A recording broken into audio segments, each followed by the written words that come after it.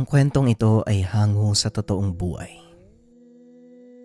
Mula ito sa isa nating kabayan na itago na lang natin sa pangalang Val. Walang eksaktong taon. Probinsya ng Iloilo.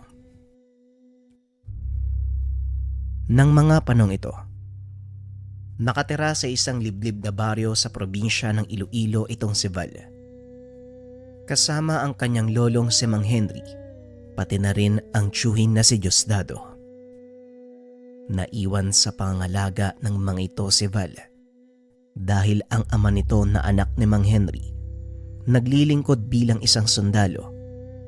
Samantalang ang ina naman ni Val namamasukan sa opisina ng kanilang alkalde sa bayan. Madalang umuwi ang mga ito dahil na din sa layo ng lugar at laging abala sa trabaho. Kaunting pagpapaliwanag sa lokasyon dahil dito mangyayari ang pinakamahalagang kaganapan na tuluyang nakapagpabago ng buhay ng ating tampok na karakter. Nasa paanan ng isang bundok ang tahanan nila Mang Henry. Malawak na palayan ng paligid. Sa gawing dulo, hindi kalayuan sa kanilang tahanan matatagpuan ang isang malaking bukal. Ito ang nagsisilbing patubig sa mga taniman sa baba ng bundok. Buong taon, napakalakas ng agos nito na tila hindi nauubusan ng tubig. Sinasabing may waga ang lugar na ito dahil taon-taon may mga nawawalang bata sa lugar na ayon sa mga nakakatanda, kinukuha ng isang nilalang na ang kalahating katawan ay pagong at ang kalahati naman ay sa tao. Ito ang dahilan kung bakit mahigpit na ipinagbabawal ni Mang Henry na pumunta ang apo sa nasabing bukal. Hindi naman gaanong kalayuan, halos tanaw ito mula sa kanilang tahanan. Kaya minsan nagagawang pumuslit ni Val. Ito ang dahilan kung bakit nagkaroon siya ng kakaibang karanasan. Atras tayo ng 5 taon. 10 taong gulang si Val ng mga sandaling ito. Nasa tugatog ng kakulitan. Madalas itong napapagalitan ng tiyuhin dahil na din sa katigasan ng ulo.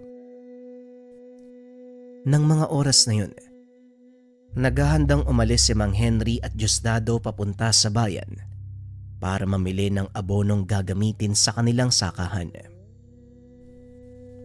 Vala po, alis muna kami ng Tio Henry mo ha, huwag kang malikot. At lalong huwag kang pupunta doon sa bukal ano.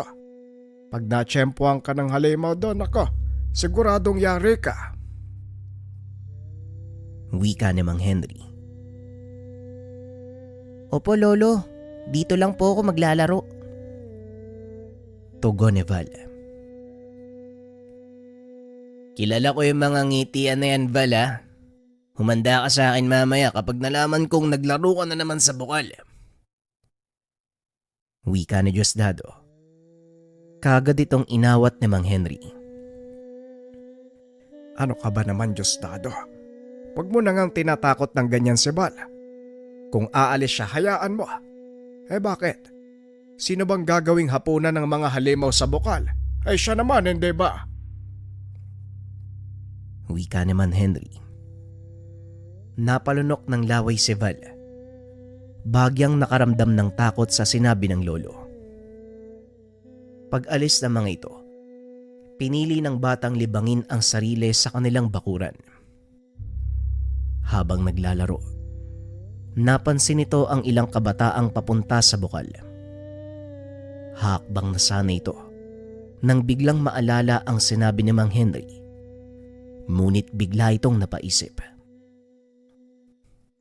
Kung totoo man yung sinasabi ni lolo sa kani Uncle, bakit nagpupuntahan yung mga bata doon sa bukal? Tanong ni Val sa sarili. Hindi na malayo ng paslit na unti-unti nang humahakbang ang mga paa. Papunta ito sa bukal. Ilang sandali pa ay natagpuan nito ang sariling nakatayo sa mismong tabi ng umaagos na tubig. Inikot nito ang tingin sa paligid. Ngunit wala doon ang mga batang dumaan. Yaman din lang na naroon na siya sa lugar. Pinili na lang ni Val na magtampisaw. Hindi na namalay ng paslitang oras. Magtatanghali na. Bigla nitong naalala na pauwi na si Mang Henry at ang Chewin. Kaya dali-dali itong umahon. Kaso nga lang, bigla siyang nakakita ng maliit na puting bagay na lumulutang sa gilid ng bukal. Dinampot ito ni Val at dinala pa uwi.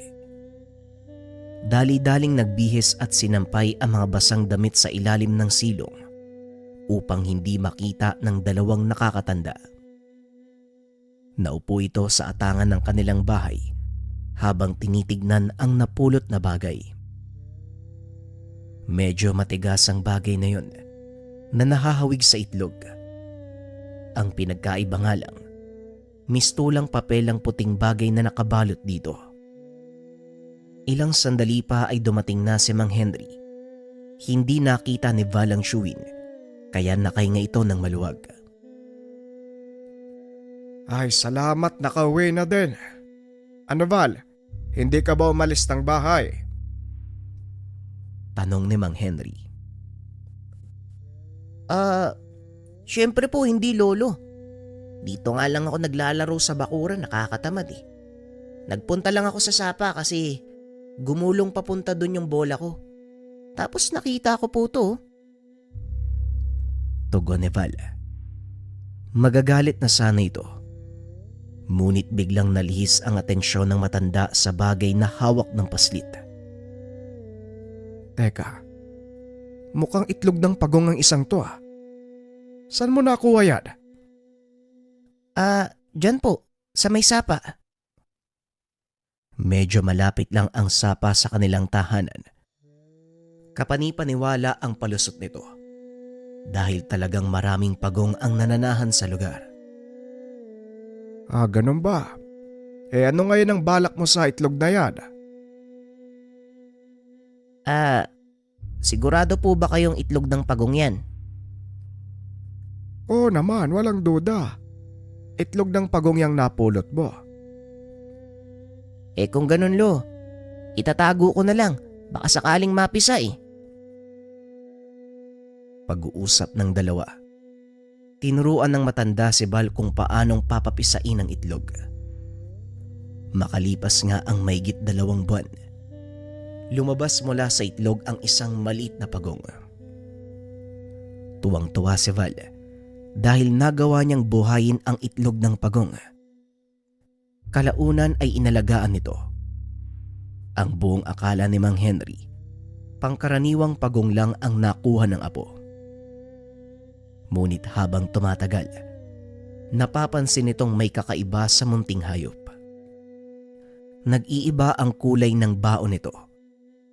Habang nagtatagal, lumilitaw mula sa balat nito ang mga kakaibang marka na parang mga sinaunang letra. Balik tayo sa kasalukuyan. Nang mga panong ito ay binata na si Val, naroon pa rin ang alaga nitong pagong. Normal na sa mga ito ang kabagalan sa paglaki. Sa mga hindi nakakaalam, umaabot ng mahigit 100 taon ang buhay ng isang pagong. Depende sa lugar na kinalakihan. Sa kaso ng mga pagong na inaalagaan ng tao, malaki ang pag-asa na mas humaba pa ang buhay nila kaysa nasa kalikasan. Ni minsan ay hindi nahiwalay ang pagong kay Val. Sa tuwing papasok ito sa paaralan, inilalagay ng binata ang alaga sa bulsa. At dahil kasing laki lang ito ng kanyang palad, walang halos nakakapansin. Madalas din itong kinakausap ni Val. Tila nakakaintindi ang pagong. Sinusunod ang lahat ng sinasabi ng binata.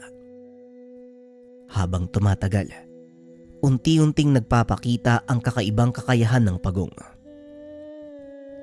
Isang hapon, habang pauwi galing sa paaralan, biglang lumindol at ang daan papunta sa kanilang tahanan ay nasa gilid ng bangin. Minsan kahit walang lindol, nauhulog ang malalaking bato mula sa pinakataas ng bundok. Nang mga sandaling iyon, nasa kalagitnaan ng kalsada ang binata nang biglang magsipaggulungan ang malalaking bato papunta sa kanyang kinakatayuan. Hindi magawang kumilos ng binata dahil sa sobrang kaba. Nanigas ang mga binti nito hanggang sa tuluyan siyang mawalan ng ulirat. Sa pagkakataong iyon, alam ni Val na hindi siya makakaligtas. Ngunit laking gulat nito nang magising sa loob ng isang silid. Nakaupo sa tabi ng higaan si Mang Hiner habang kausap ang isang lalaki. Napagtanto ng binatang nasa ospital ito. Paglabas ng lalaking nakaputi ay kaagad kinausap ni Mang Henry ang apo. Anong nangyari, Val? Paano ka nakaligtas? Tanong ni Mang Henry. Hindi ko po alam eh. Pero teka, nasan po yung alaga ko? Tanong ni Val. Napakamot naman ng ulo si Diosdado dahil mas inalala pa nito ang alagang pagong. Ayos ka talaga, no? Naalala mo pa yung alaga mong pagong. Samantalang kamuntikan ka ng mamatay. Huwag kang mag-alala. Nasa bahay ang alaga mo. Sabihin mo nga kung anong nangyari. Ayon kasi sa mga nakakita sa'yo, sa laki ng mga batong gumulong pababa ng bangin, imposibleng makaligtas ang sino mang tatamaan. Wika ni Diosdado. Hindi ko rin po alam kung anong nangyari, Uncle Deo. Sa sobrang takot ko po kasi, nawalan ako ng malay. Paggising ko, nandito na ako eh. Tugon ni Val. Matapos ang huling pagsusuri, kaagad na din silang pinalabas ng ospital dahil wala namang natamong malalang pinsala ang binata. Pagdating sa kanilang tahanan, unang hinanap ni Val ay ang alaga. Laking tuwa nito nang makitang ligtas ang pagong. Mabuti naman ligtas ka. Nag-alala ako sa iyo ah. Akala ko nadaganan ka na ng mga bato eh. Wika ni Val. Ang nakakapagtaka dyan sa alaga mo, alam mo kung ano? Nakita ng mga nagligtas sa'yo ang pagong na yan na nakapatong sa dibdib mo. Wika ni Mang Henry. Paano naman po nangyari yun? Nasa bulsa ko siya nung mangyari yung pagguho. Tugon ni Val. Aba malay mo, nakagapang yan palabas ng bulsa mo. Nung wala kang malay ha. Pero nakakapagtaka pa din ang mga pagyayari eh. Wika ni Mang Henry. Hayaan mo na po, Lolo. Ang mahalaga, buhay po ako at wala pong nangyaring masama. Muling wika ng binata. Lingid sa kaalaman nito, may kinalaman ang alagang pagong sa pagkakaligtas at isang matanda ang nakakita sa buong pangyayari. Laking gulat ni Val nang pumasok ito sa paaralan dahil itinanong ng mga tao sa kanya ang tungkol sa alagang pagong. Hindi maunawaan ng binata ang nangyayari. Nalinawan na lang ito nang makausap ang kaibigan na itago na lang natin sa pangalang Tupe. Tupe, may alam ka ba sa mga nangyayari? Bakit palaging tinatanong ng mga tao sa akin yung tungkol sa alaga kong pagong? Wala namang nakakaalam nito, hindi ba? Tayo-tayo lang naman. Wika ni Val. Ewan ko din, Bal eh. Nagulat na nga lang ako ang sabi nila. Nung nabagsakan ka daw ng mga bato, may isang nilalang ang nagpakita. May hawak daw na malaking kalasag na gawa sa baon ng pagong. Tapos ang balat ng nilalang na yon, punong-puno ng mga nakasulat. Parang ganyan, no? Pagpapaliwanag ni Tupe, sabay turo sa alagang pagong ni Val. Kalokohan naman yan. Ang sabi nila nagbabagong anyo ang alaga ko. Baka lasing ang mga matandang nakakita. Wika ni Val. Si Manong Elyong Bal, yung taga dun sa kabilang baryo. Biglang tumawa ng malakas si Val dahil ang tinutukoy ng kaibigan ay ang matandang lasinggero na ang pangalan ay Mang Elyong. Naniniwala ang mga tao sa kanya. Alam naman nilang lasinggero yun. Wika ni Val. Hindi rin bali kasi kung minsan, totoo ang sinasabi ni Mang Elyong. Lalo na sa kababalagan ha. Isa siyang manggagamot o albularyo at para sa mga tao, isa itong uri ng kakaibang pangyayari. Tugon ni Tope. Napakamot na lang ng ulo si Val dahil kahit siya, hindi makapaniwala sa sinasabi ng kaibigan. Para malaman natin ang katotohanan, puntahan natin si Mang Elyong. Kasi sa totoo lang, naguguluhan na ako eh. At saka parang ayoko nang lumabas ng bahay dahil sa mga tanong ng tao. Wika ni Val. Pagsapit ng hapon pagkatapos ng klase, kaagad nilang tinungo ang bahay ni Mang Elyong. Ngunit hindi pa man sila nakakarating. Napansin ni Val na hindi mapakali ang alagang pagong na nasa bulsa. Nagpupumilit itong lumabas na tila may kinakatakutan. Kaya ang ginawa ni Val, inilabas niya ito sa bulsa at hinawakan. Ilang minuto pa ng paglalakad, narating ng dalawa ang tahanan ng matanda. Ngunit sa kasamaang palad, wala ito sa lugar. Mukhang kailangan natin siyang antayin dito ah. Ganitong oras kasi ang punta niya sa baryo para bumili ng lambanog. Siguradong pasuray-suray na naman yun pag uwi dito. Wika ni Tope. Ayos lang. Wala naman akong gagawin sa bahay eh. Ikaw, baka mapagalitan ka ng tatay mo ha? Wika ni Val. Hindi rin. Wala sila nanay sa bahay eh. May pinuntahan. Mag-isa nga ako ngayon eh. Pag-uusap ng dalawa. Isang oras mahigit ang nakalipas. Natanaw na ni Tope si Mang Elyong at kagaya ng inaasahan, lango na ito sa alak ng dumating. Oh, nandito na siya Balo. Maganda ka. Paniguradong magagalit yan dahil nandito tayo sa loob ng bakuran niya. Wika ni Tope. Dali-dali namang tumayo si Val. Habang papalapit ang matanda, lalong nagiging maligalig ang alaga nitong pagong. Anong ginagawa nyo dito sa bakuran ko? Hindi nyo ba alam? Tapos na ang oras ng pagpapagamot. Ala sige, magsialis kaya.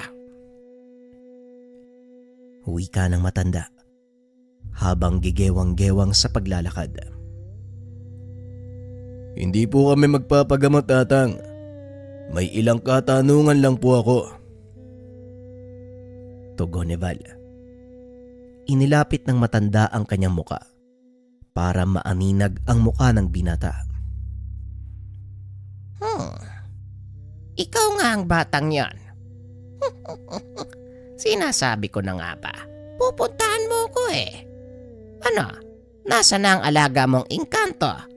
Bakit hindi mo ilabas? Wika ni Mang Elyong. Yun nga po ang gusto naming malaman, Mang Elyong. Dahil hindi ko po alam kung anong nakita nyo nung araw na lumindol. Nawalan po ako ng malay eh. Nagising na lang ako sa loob ng ospital. Tugon ni Val. Sa tingin mo, maniniwala kong hindi mo nakita ang nilalang na subangga ng malaking batong tatama sa'yo. Ay nako, kalokohan. Muling wika ni Mang Elyong.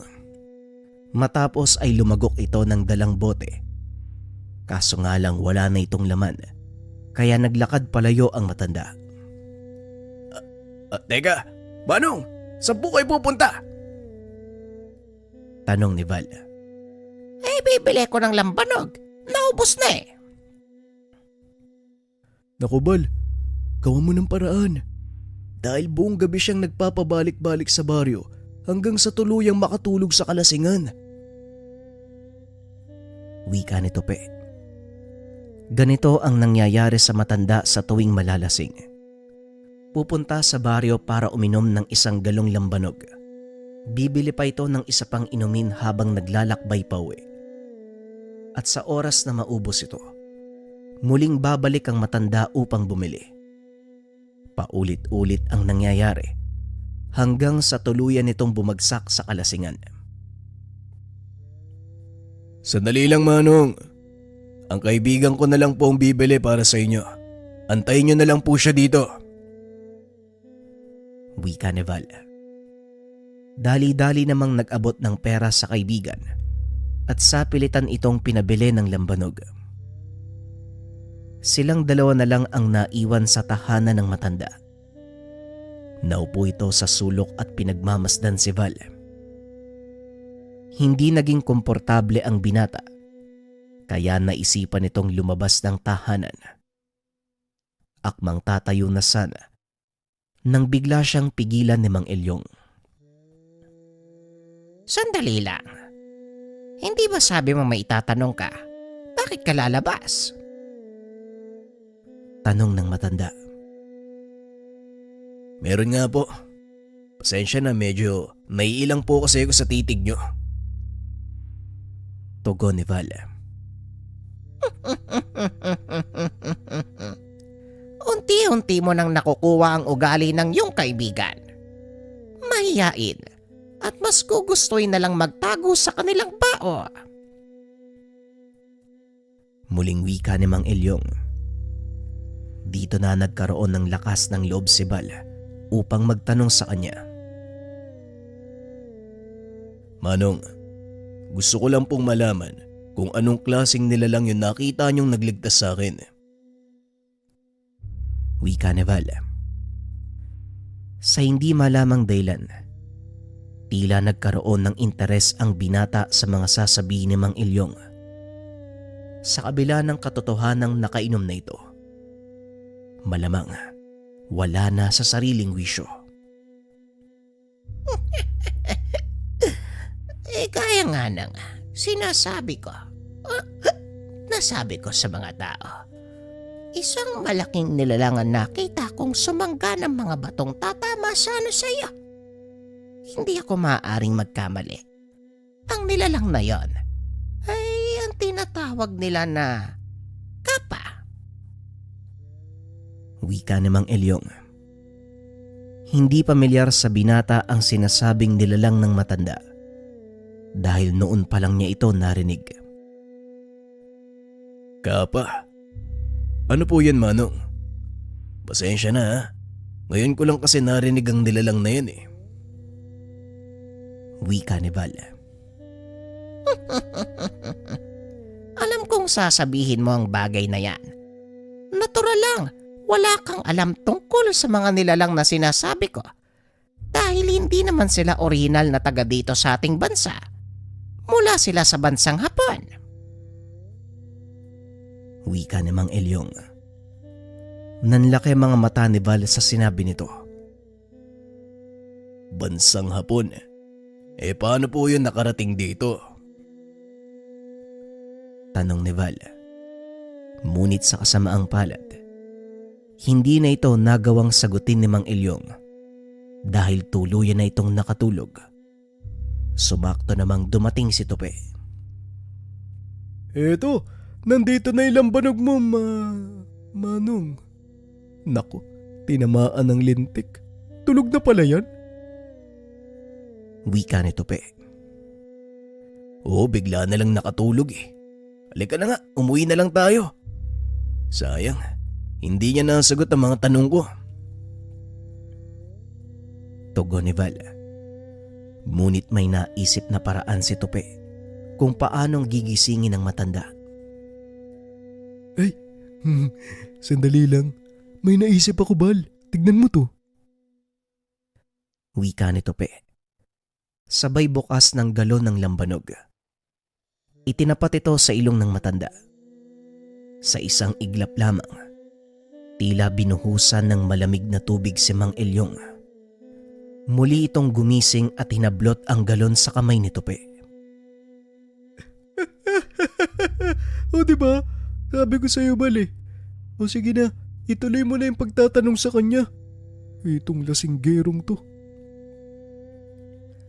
Napakamot na lang sa ulo si Val at muling tinanong ang matanda. Mang Elyong, ituloy niyo po ang kwento. Wika ni Val. Kwenta? Anong kwenta? At saka, kayong dalawa, anong ginagawa nyo dito sa loob ng pamamahay ko? Wika ni Mang Elyong. Nagkatinginan ang magkaibigan at napailing. Ay nako, mukhang ang nagsasayang lang tayo ng oras dito, Tupi. Halika na nga, umuwi na lang tayo. Wika ni Val. Akmang tatayo na sana nang biglang magsalita ang matanda. Hindi ba? Ikaw yung binatang iniligtas ng kapa. Napalingon si Val. Muling napukaw ang interes sa pakikipag-usap. Oo, yan nga po. Yan nga po yung pinag-uusapan natin kanina. At yan din po ang mismong dahilan kung bakit ako nandito ngayon. Wika ni Val. Ganun ba? Pasensya na kayo ha. Makakalamutin na ako eh. Maupo kayo. Itutuloy natin ang usapan. Pinagpatuloy ni Mang Elyong ang pagpapaliwanag tungkol sa nilalang. Masuri namang nakinig ang dalawa sa kanya. Ayon sa matanda ang mga kapa, orihinal na matatagpuan sa bansang Hapon. Pinaniniwala ang nakatira ang mga ito sa lawa o hindi kaya naman sa mga batis na malimit puntahan ng mga tao. Ang anyo nito may hahalin tulad sa isang pagong. Kulay berde ang balat. Minsan may mga nakasulat na simbolo. Punong-puno ng makakapal na kaliskis ang kanilang braso. Pinaniniwalaan din na ito ang ginagamit nila upang ipagtanggol ang sarili. Kalahating tao, kalahating pagong. Ang mga nilalang na ito kung titignan, tila may salamin na nakapatong sa kanilang ulo na siyang ginagamit nila upang ikubli ang sarili sa paningin ng mga tao habang nakalubog ang buong katawan sa ilalim ng tubig. Ang ilan sa mga ito, depende sa katayuan, may kakayahang magpalit ng anyo at itago ang kanilang totoong pagkakakilanlan. Walang duda. Kapa nga ang nakita ko. Yun ang nagligtas sa iyo, bata. Maniwala ka o hindi, isang makapangyarihang nilalang ang kaibigan mo. Wika ni Mang Elyong. Kung hindi sila galing dito sa atin, paano nga po sila nakarating? Tanong ni Val. Hindi ako sigurado. Pero may kaibigan akong dating sundalo ng Hapon na nagsabing may dala silang mga nilalang mula sa kanilang bansa. Pinakawalan nilang mga ito sa ating kagubatan upang mamuhay sa kagustuhang mapanatili ang kanilang kultura kahit nasa ibang bansa sila. Kaso lang natalo sila sa digmaan eh, kaya wala ding nagawa kung hindi bumalik na lang sa sariling bansa. Tugon ni Mang Elyong. Ayon pa dito maliban sa kapa, may ilan pang mga nilalang na dinala ang Hapon. Hindi maalala ng matanda ang tawag sa mga ito. Ngunit alam niyang pagala-gala lang sila sa kagubatan. Namumuhay kasama ng ilan pang mga nilalang na dito naman matatagpuan sa ating bansa. Muli pa sanang magtatanong si Val. Ngunit narinig nitong humilik si Mang Elyong. Medyo malalim na din ang gabi, kaya naman umuwi na ang magkaibigan. Kinabukasan habang nasa paaralan, muli na namang napag-usapan ng magkaibigan ang tungkol sa sinasabi ni Mang Ilyong. Hindi nila alam na may nakarinig pala sa kanila. Ito ang isa sa kanilang kaklase na itago na lang natin sa pangalang Dodong. May kagaspangan ang ugali ng binatang ito dahil anak ng isa ding kilalang manggagamot sa kanilang bayan. Kinakatakutan ang ama nito dahil na din sa sabi-sabi na may kakayahan nitong mambarang. Pagsapit ng hapon habang naglalakad palabas ng paaralan, hinarang ni Dodong ang dalawa at gaya ng dati, pinagdiskitahan ng mga ito. Ay, nandito na pala ang sinasabi nilang may kaibigang higanting pagong. Ano Val, nasaan ang alaga mo? Bakit hindi mo palabasin? Wika ni Dodong. Umalis na lang ang binata dahil ayaw nitong patulan ang pangaasar ng kaklase. Pwede ba, Dodong? Tigilan mo ko. Wala naman akong ginagawa sa'yo eh.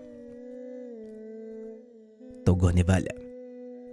Akmang lalakad na sana ito palayo nang bigla siyang hatakin ni Dodong. Huwag kang bastos. Dahil kausap pa kita. Mukhang nakalimutan mo yata kung sino ang tatay ko.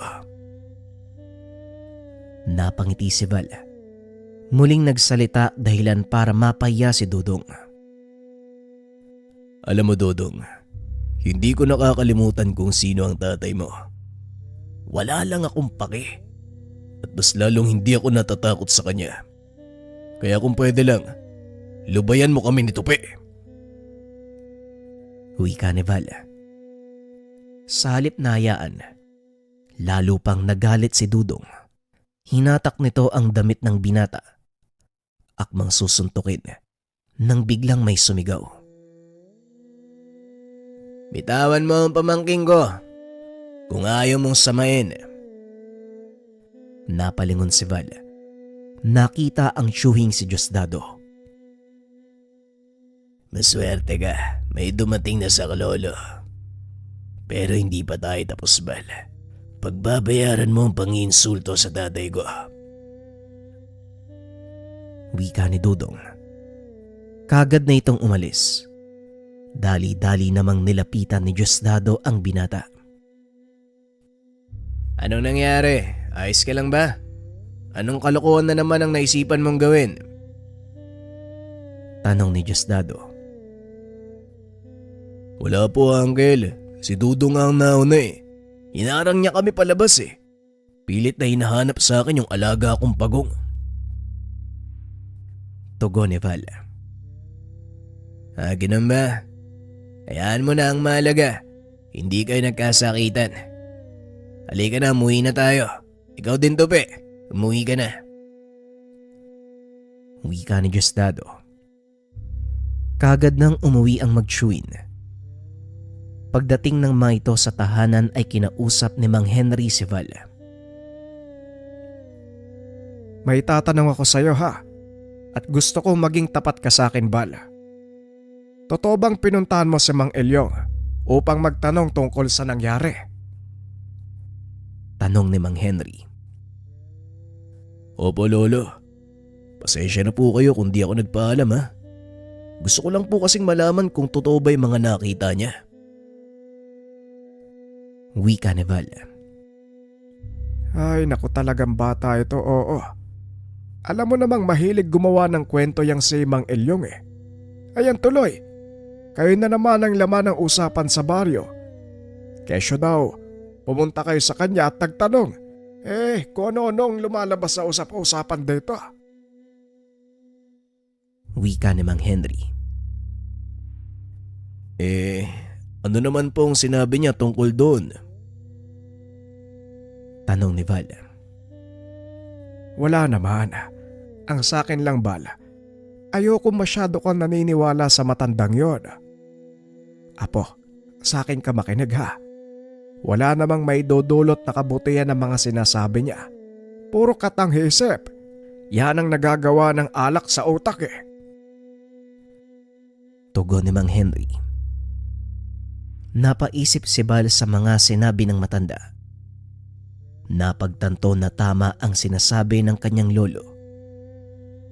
Ngunit sa hindi inaasahang pagkakataon, si Val mismo ang nakatuklas ng buong katotohanan. Isang hapon habang pauwi, muli na naman siyang hinarang ni Dudong kasama ang pinsan nito. Napabuntong hininga ang binata at nagpatuloy sa paglalakad. Ano Val? Akala mo nakalimutan ko na yung pang-iinsulto mo sa tatay ko. Pasensya na. Hindi ko kasi makakalimutan eh. At ngayon, pagbabayaran mo yun. Wika ni Dudong. Kagad namang hinawakan ng kasama nito si Val. Ngunit bago suntukin ni Dudong ang binata, biglang lumitaw sa harapan nila ang isang nilalang na halos 8 talampakan ang taas. Nagliliwanag na kulay asul ang mga mata. Kalahating tao, kalahating pagong ang nilalang na ito. At gaya ng pagpapaliwanag ni Mang Elyong, ito ang nilalang na nakita ng matandang nagligtas kay Val. Hindi makapagsalita ang binata sa mga nakikita. Maging si Dudong, halos maiyi sa kinakatayuan nang mapagtantong isang halimaw ang nakatayo sa kanyang harapan. Umangil ang nilalang. Itinaas ang kamao para suntukin si Dudong.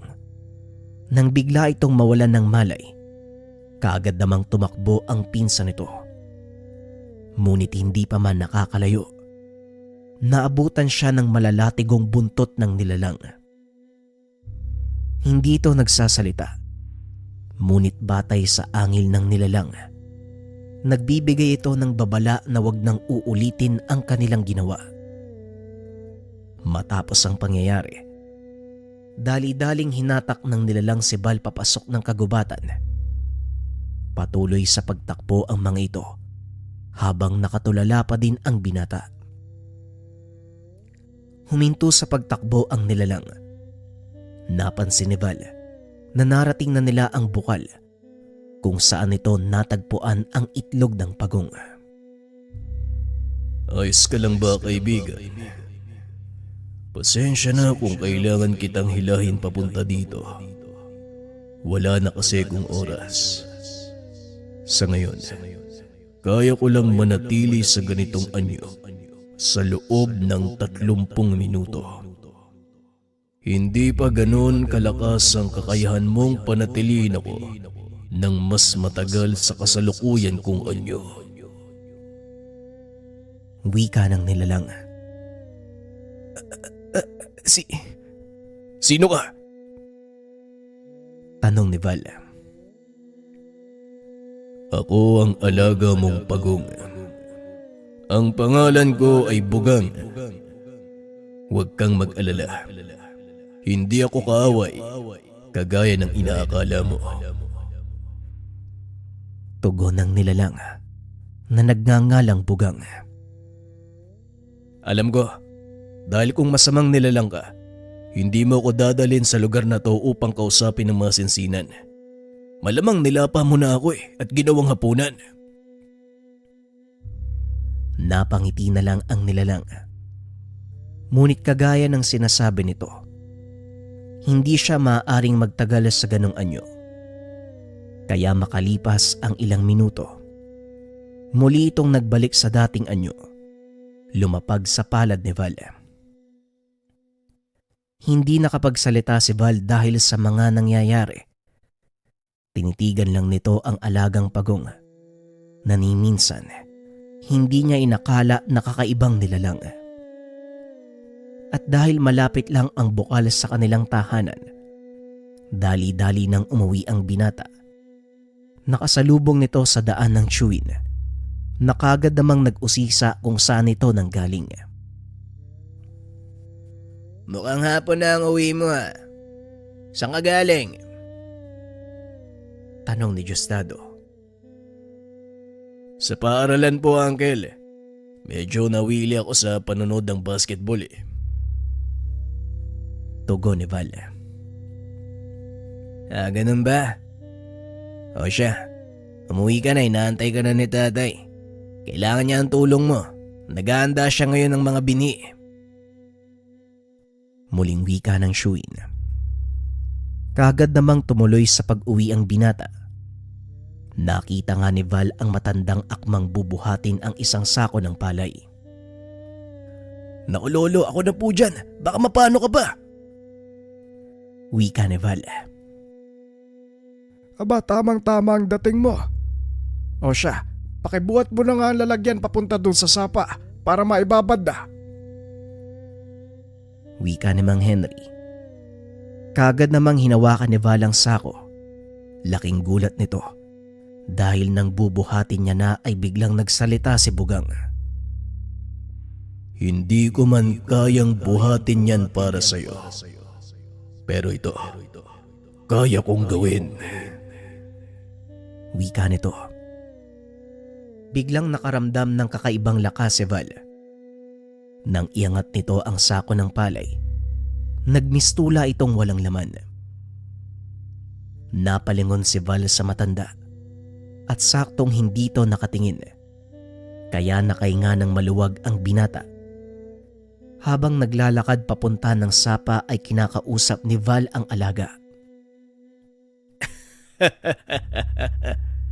Ayos ka din pala Bugang ano.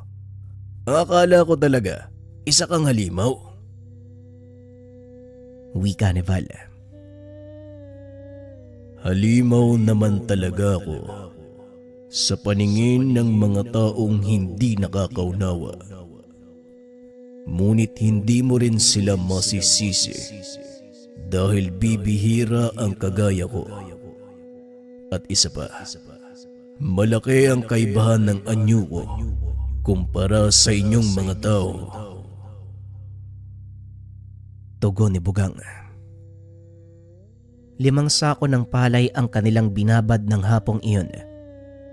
Kinabukasan ay kailangan itong hanguin bago tuluyang isaboy sa pataniman. Ngunit may isang problema si Mang Henry dahil hindi pa nito natatapos ang pagpapalabas ng tubig sa palayan.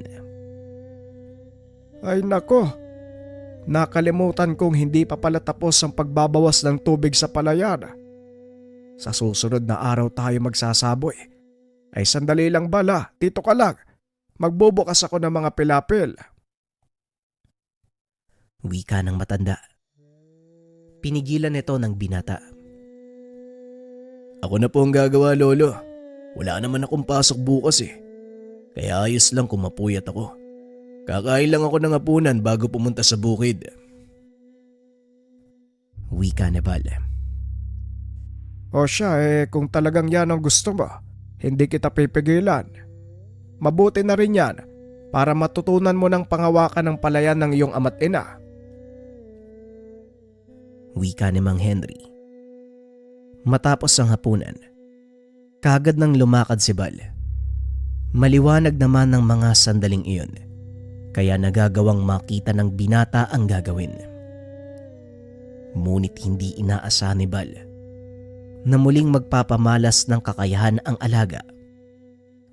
Sa pagkakataong ito, kontra sa isang nilalang na nisay nagap, hindi inakala ng binatang totoo.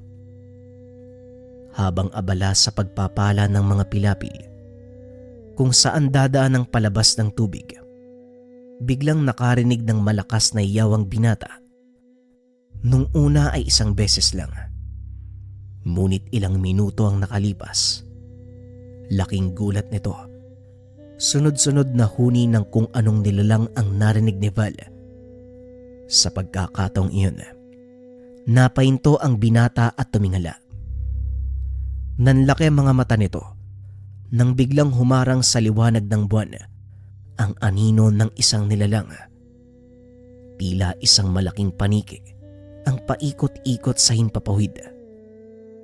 Lalong kinabahan si Val nang makita itong bumulusok paibaba.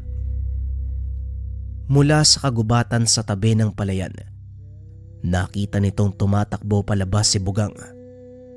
Naalala ng binatang iniwan pala nito ang alagang pagong. Sinabihan nito si Val na dumapa. Sabay salo sa nilalang. Itinapon nito palayo, dahilan para tumama sa isang puno ng nyug. Dali-daling tumakbo si Bugang papunta sa kinaroroonan ng nilalang. Wala itong tigil sa pagsuntok hanggang sa hindi na makakilos. Walang yang aswang. Hanggang dito ba naman? Sinusundan pa din nila ako. Wika ng nilalang. Dahan-dahan namang naglakad si Val papunta kay Bugang. Anong uri ng nilalang yan? Tanong ni Val habang nanginginig sa takot. Isa itong uri ng aswang. Kubot ang tawag sa kanila. Kadalasang nambibiktima ng mga tao. Bakit mo kasi ako iniwan? Tugon ni Bugang. Pasensya ka na. Hindi ko naman kasi inaasahan na may sasalakay sa akin eh. Wika ni Val. Hindi bale. Ang importante, alam mong mapanganib ang lumabas tuwing gabi. Lalong-lalo na kapag mag-isa ka. Tugon ng gabay. Ngunit biglang naalala ng binata ang sinabi nito. Naalala ko lang, Bugang. Nabanggit mo na sinusundan ka ng mga kubot na yan. Bakit naman? Tanong ni Val. Tama ka. Mula sila sa pinanggalingan kong mundo. Inubos sila ang mga kalahi ko at ako na lang ang nag-iisang naiwan. Pinili kong umalis para sa kaligtasan. Pero hindi kubot ang pinakakalaban dito, kung hindi isang uri ng ahas. Tugon ni Bugang. Gusto ko sanang marinig yung kwento ng buhay mo eh. Kaso ilang minuto na lang itatagal mo. Wika ni Val. Hindi, Val. Tuwing kabilugan ng buwan, maaari akong manatili sa ganitong anyo ng matagal. Kaya kung gusto mong marinig ang totoong nangyari sa akin, halika, tutulungan kita sa gawain mo habang nag-uusap tayo. Pinaliwanag ni Bugang ang buong pangyayari. Ayon dito, totoo ang sinabi ni Mang Elyong na hindi nga sila mula sa bansa. Dinala sila ng dayuhan kasama ang kanyang pamilya. Bagaman naging mahirap ang biglaang pagbabago ng lugar, pinilit ng angkan ni Bugang na makiangkop at mamuhay ng payapa. Sa paglipas ng mga taon, naging matiwasay ang buhay nila kasama ang ibang lokal na nilalang.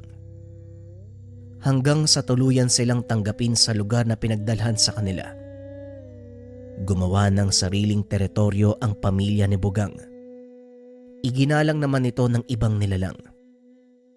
Pinili nila ang bukal na malapit sa tahanan ni Val. Ngunit sa kalagitnaan ng katahimikan, sinalakay sila ng pangkat ng mga kubot. Isa-isang pinagpapapatay ang kanyang mga kaanak.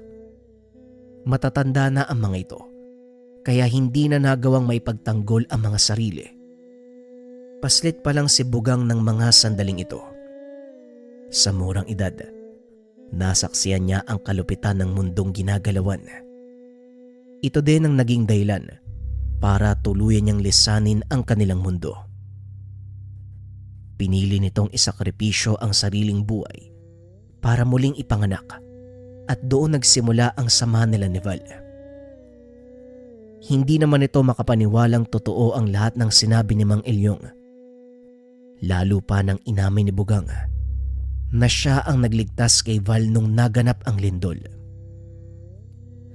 Ipinakita din ni Bugang ang mga bagay na kaya nilang gawin, kagaya na lamang ng pagtatawag ng isda o pagpapatubo ng halaman. Ngunit ang pinaka nakakamangha sa lahat ay ang kakayahan ng kapa na magpagaling ng kanilang mga sugat. Pinutol ni Bugang ang sariling braso. Nanlaki ang mga mata ng binata dahil nakita niya itong tumubo. Pero napakalakas mo, Bugang. At alam kong gaya mo, malakas din ang mga kalahi mo. Bakit hindi nyo nagawang lumaban? Wika ni Val. Masyado nang masakit ang pangyayari, Val.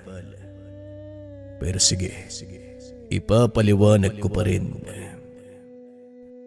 Ayon dito, isang tao ang nakilala nila at naging kaibigan. Pinagkatiwalaan ng mga kaanak ni Bugang ang taong iyon. Umabot pa sa punto, inilahad ng mga ito ang kanilang pinakainiingatang sekreto, ang kanilang immortalidad at kung saan ito nagmula. Magtitiwala ako sa iyo dahil ikaw ang nagligtas ng buhay ko. Kaya sana wag mo kong bibiguin. Ang sikreto ng aming walang hanggang buhay ay ang kristal na nakapatong sa tuktok ng aming mga ulo. At sa oras na babasag ito o makuha sa amin, unti-unti kaming mamamatay. Yon ang ginawa ng taong pinagkatiwalaan ng aking ama. Sauli, ipinagkanulo siya para sa bertud na yon. Literal na ahas. Pagpapaliwanag ni Bugang. Bakit naman niya kinuha ang bertud ng tatay mo? Tanong ni Val. Sa kagustuhang magkaroon ng buhay na walang hanggan. Hindi akalain ni ama na gagawin yun sa kanya ng pinagkakatiwalaang tao, maging sina at mga kapatid ko, hindi nakaligtas. Ginamit ng ahas na yon ang mga kubot para makuha ang kanyang gusto. Unti-unting naging maliwanag kay Val ang nangyari. Bagya itong nalungkot sa mga narinig. Dahil minsan pang pinatunayan ng karanasan ni Bugang ang pagiging sakim ng mga tao. Pasensya ka na, Bugang, sa ginawa ng mga kalahi ko, ha? Pero sinisiguro ko sa'yo, hindi ako kagaya ng iba. Wala akong pakialam sa pagiging immortal. Ang gusto ko lang mamuhay ng payapa at mamatay ng maayos pagdating ng panahon. Wika ni Val. Sa mga hindi nakakaalam, ang mga kapa ay nilalang na netibo sa bansang Hapon. Sinasabing ang mga ito ay may kakayahang magpatubo ng anumang uri ng halaman, gumamot ng kahit anong pinsala sa katawan. Sinasabing dahil sa taglay nilang kakayahan sa pagpapagaling, nananatiling immortal ang mga ito, at ang pinanggagalingan ng kanilang kapangyarihan ay ang malakristal nilang bumbunan. Sa oras na mabasag ito, unti-unti silang tatanda. Mawawala ang kakayahang pagalingin ng sarili at kalaunan ay mamamatay. Kinakatakutan din ang kapa sa bansang pinagmulan nito dahil sinasabing kumakain sila ng mga naliligaw na tao sa kanilang teritoryo. Ngunit sa kabila ng takot na dala ng mga kapa, may ilang naniniwalang nagbibigay sila ng swerte. Kaya ang mga aristokratang pamilya sa bansang Hapon nagpapagawa ng sariling lawa sa kanilang bakuran. Naglalagay ng mga dambanang nag-iimbita sa mga nilalang na manirahan doon. Balik tayo sa kwento. Muling naalala ni Val ang kwento ng kanyang lolo Henry tungkol sa bukal. Hindi napigilan ni Val ang sariling magtanong tungkol dito. May naikwento sa akin si lolo tungkol sa pagkawala ng mga tao sa bukal. Kayo din bang may gawa nun? Tanong ni Val. Oo. Ginagawa namin yun dahil ginagambala nila ang aming tahanan. Sinusubukan nilang sirain Kaya pinagtatanggol lang namin ang lugar. Nanlaki ang mga mata ni Val sa mga sinabi ni Bugang. Dahil ayon din sa kwento ni Mang Henry, kinakain ng mga kagaya ni Bugang ang mga taong nawawala. E di totoo pala yung sinasabi ni Lolo. Kinakain niyo yung mga taong nagpupunta sa bukal.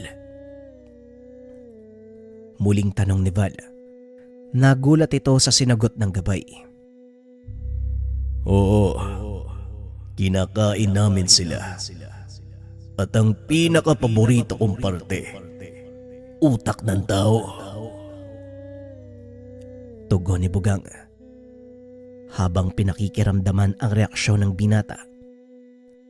Nang mapagtantong natatakot na ito, biglang tumawa ng malakas ang kapa. Nagbibiro lang ako. Kung makikita mo lang sana ang mukha mo ngayon. Pangit. Hindi totoo ang mga narinig mo. Nililigaw lang namin sila. May kakayahan kaming magbukas ng ibang dimensyon papunta sa ibang lugar. At doon namin sila dinadala. Kaya marami sa kanila ang hindi na nakakabalik. Wika ni Bugang. Hindi na namalaya ng 2 ang oras. Napansin na lang ni Val na may papalapit na sulo. Napagtanto, si Diosdado ang paparating. Hindi na ako magtatagal dahil baka makita ako ng tiyuhin mo. Wika ni Bugang. Muli itong nagbalik sa pagiging pagong. Nang mga sandaling iyon, nakita ni Diosdado ang kubot na pinatay ni Bugang. Halos mapatalon ito sa takot. Saan ang galing ang nilalang na yan, Val? Sinong nakapatay dyan? Tanong ni Diosdado. Hindi ko alam, Uncle eh. Nagulat na lang ako. Bigla yang bumangga sa puno ng nyug eh. Pagsisinungaling ni Val. Napasapo ito ng noo dahil nakaligtaan nilang ayusin ang katawan ng kubot. Bumangga sa puno ng nyug. Seryoso ka ba, Val? Eh sino namang walang utak yung babangga sa puno ng nyug? Wika ni Diosdado. E di sino ba? Yung nilalang na yan? Tugon ni Val. Puro kakalokohan. Sabihin mo sa akin ang katotohanan. Sino ang nakapatay sa nilalang na yan? Muling tanong ni Diosdado. Kung sasabihin ko sa'yo, hindi ka din naman maniniwala, Uncle eh. Sabihin mo. Subukan mo ako. Ito, Uncle. Si Bugang. Siya ang pumatay sa aswang na yan. Tugon ni Val. Tumawa ng malakas si Diosdado nang makita ang pagong na nagtatago sa kanyang bao. Yan? Ano naman ang magagawa ng kakaranggot na... Hindi na ituloy ni Diosdado ang sasabihin. Biglang nagbago ang anyo. Sa mismong harap niya si Bugang. Napasigaw ito sa sobrang takot. Ngunit hindi niya magawang tumakbo dahil nakapalupot sa kanya ang mahabang buntot ng nilalang. Pasensya ka na, Val. Nakalimutan kong iligpit ang kubot.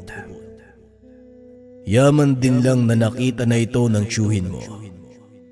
Wala na sigurong dahilan para magtago pa ako. At ikaw naman, Diosdado, sino ang tinatawag mong kakaranggot? Wika ni Bugang. Pilit namang pinipigil ni Val ang pagtawa dahil kitang-kita sa liwanag ng sulo ang pamumutla ni Diosdado. Ayos lang, Bugang. Yun nga lang, tinakot mo ng gusto si Uncle eh. Tara, itago na muna natin yung kubot. Tugon ni Val. Kinuha ni Bugang ang sisidlang nakasabit sa tagiliran. Ininom ang laman. Laking gulat ng binata dahil biglang nagbuga ng apoy ang kapa. Tinupok ang katawan ng kubot. Hayaan mo lang na maging abo ang katawan niyan. Wala nang makakapansin sa kanya. At ikaw naman, Diosdado, sa oras na ipagkalat mo ang nangyari dito, tandaan mo, hahanapin kita at ikaw ang gagawing kumpulutan. Hindi na nakapagsalita si Diosdado. Nang mga sandaling iyon ay tanging pagtangulang ang naisagot nito. Matapos ay muling nagbalik sa pagiging pagong si Bugang. Saka pa lamang nahimasmasan si Diosdado. Anak nang, saan ang galing ang nilalang na yon? At bakit alam niya ang pangalan ko? Tanong ni Diosdado habang pinupunasan ng pawis. Kalma lang, Uncle. Sinabi ko na sa'yo, siya ang alaga kong bagong. Huwag kang mag-alala, binibiro ka lang niya. Hindi sila kumakain ng tao. Tugon ni Val. Akmang babatukan sana ni Diosdado ang binata nang bigla itong awatin ni Val. Hop, sandali lang, Uncle. Alam mo ba kung bakit napatay ni Bugang ang kubot? Sinugod kasi ko ng nilalang na yan. Sa makatuwid, kapag merong tao ang gusto na saktan ako, lalabas si Bugang at ipagtatanggol ako. Yan ang iiwasan mo. Biglang napahinto si Diosdado. Ibinaba ang kanyang kamay. Inayang umuwi ang binata. Ikaw talagang bata ka. Puro kakalokohan. Alam na ba to ng Lolo Henry mo? Tanong ni Diosdado. Hindi pa po, Uncle. At siguro, wag na muna natin sabihin. Mamaya, atakiin sa puso si Lolo kapag nakita si Bugang. Maraming salamat sa pakikinig ng ating kwento mga kabayan. Ito promise to. Kapag umabot tayo ng 1,000 likes and 500 comments, upload ko kagad yung susunod na episode. Salamat. Magandang araw mga kabayan. Pakita ko lang tong mga gabay medalyon natin. Ready na to lahat. So pwede na kayo mag-order. Nilalagyan lang namin ng barnis o yung pampakinang para mas maganda siyang tignan pag suot. Payo lang mga kabayan, huwag kayo mag-focus masyado dun sa itsura ng medalyon. Ang importante dito yung simbolo saka yung mga sangkap sa loob. Lalong-lalo na yung mutya. Na syempre, yung orasyon na kasama nito. Yun yung pinaka-importante. Pero paalala din, buhay na tong mga tangan na to eh. Buhay na yung gabay medalyon. Kumbaga ang bisa ng orasyon para mas kumapit sa inyo yung gabay medalyon at mas magkabisa pa. Sa lahat ng interesado, yung nakikita nyo, yan lang yung stocks natin. For sure, pagka-upload ko nito, mabilis mong ubos yan. Kaya hanggat meron pa, mag-message na kayo or mag-checkout na kayo dun sa ating link na nasa comment section. Maraming salamat mga kabayan. Ang kwentong ito ay hango sa totoong